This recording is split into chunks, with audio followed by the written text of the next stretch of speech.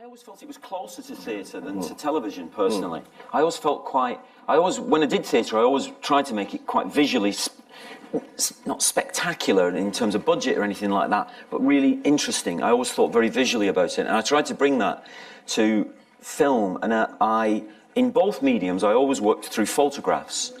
Because one of the problems I find working in film, and it's like this, we call this a masterclass, but in fact, what we basically do is just talk. That's right. That's what we do, because there's nothing else we can really do. There's nothing we can do in front of you that shows you anything about what we do. You know, we all know that, isn't there? There's nothing really you can do other than talk. And the process of making a film is talking, endless talking, and yet it's a visual medium. Nobody really remembers, apart from the odd few wonderful lines you get in films, nobody really remembers what anybody says in films, but you remember what they look like, where it happened, things like that. So what I tried to do to address that, and I did it in the theatre as well, is I would have a huge compilation of photographs, of images. It could be paintings, it could be adverts, you know, from magazines, it could be anything. But I felt that they spoke to the film, and then I showed it to everybody that we work with, and that's the actors, the technicians, everyone that we work with. You show them the images. It doesn't mean that you're going to repeat that image, although you can do that in certain circumstances, but you said that's the feel of it, that's the feel of the film there. And it's something that you can refer to visually and you don't have to talk about, you know.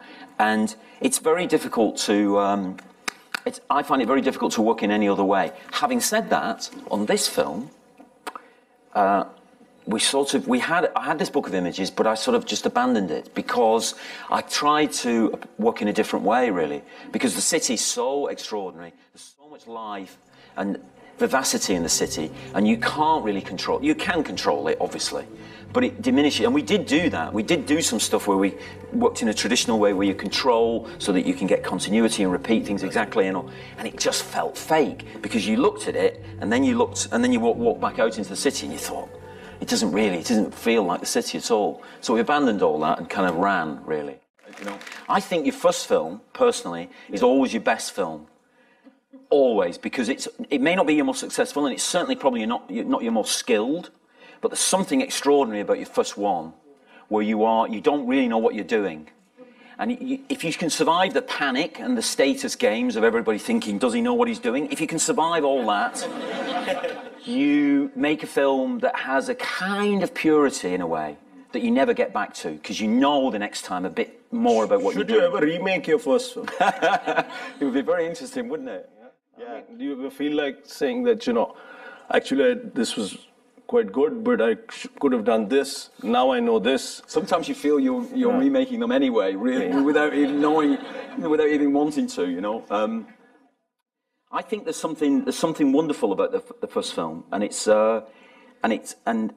I'd call, in evidence of it, I'd quote Blood Simple, the Coen brothers' first film, which they're geniuses, those guys, but I don't think they've ever made a better film than that. There's something wonderful about it, there's something magical. And one of the dangers of our job, I think, is that you become, is the danger of becoming an expert. You become cunning. There is so much technique involved. It is so manipulative a medium that, you know, when you embrace that side of it, you lose a kind of innocence, really. And I think you should always go back to your innocence. And one of the things I think I try to do, and people say you switch genres, but actually, I don't think of it like that. I try to get to something where I don't know what I'm doing.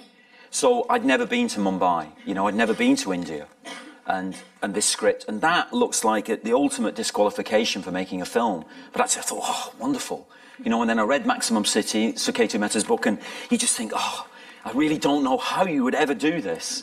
But you try then, you try. So you start from that's a good place to start from, I think, because you start from the bottom. You don't start from that technically superior thing of invading armies where you go, we know what we're doing, you know, and you march in, you know, all that kind of stuff. After Shallow Grave.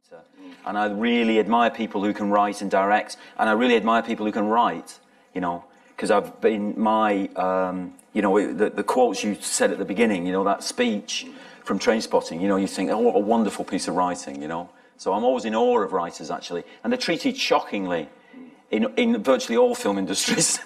I know they're treated shockingly here. They're treated shockingly in Hollywood. They're treated shockingly in the UK film industry, you know, and it's a disgrace, really, because there's that great story, I don't know whether you know it, Frank Capra. And everybody said about his movies that they had the Capra touch. And the screenwriter, whose name, of course, I forget, was bass down the corridor from him. And one day he just had enough, and he took 90 blank pieces of paper into Capra's office and slammed it down on his desk in front of him and said, "There, give that the Capra touch." And what's extraordinary about this is that the whole film is made up of flashbacks, but he's 18. You know, his whole life and what he's been through leads him to all these things that happen, qualify him to give this thing, and his whole life is in front of him. You know, so it's not fixed. It's actually just opening up, really, like that. And I always thought that was a wonderful idea. And it led us to doing the flashbacks not like flashbacks. And it's really interesting the way that nobody talks about the film as being a series of flashbacks, which is what it basically is. And it's a series of multiple layered flashbacks. Because the only live thing that's happening, really, is the scene at the end on the railway station, where he's just kind of like that before she turns up.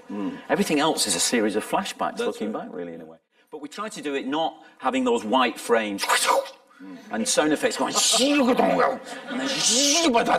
you're back again. You just let it flow, and that's what memory's like, isn't it? It just comes to you, things come to you, and they just float in and out of the mind. I always thought it was really, regardless of where it's set and all that kind of stuff, and I always thought that's what the sort of film's about, really, is about. And I love the fact that he's 18 and walking off into the distance with this beautiful girl on his arm and 20 million rupees in his pocket, and, you know, everybody, you know?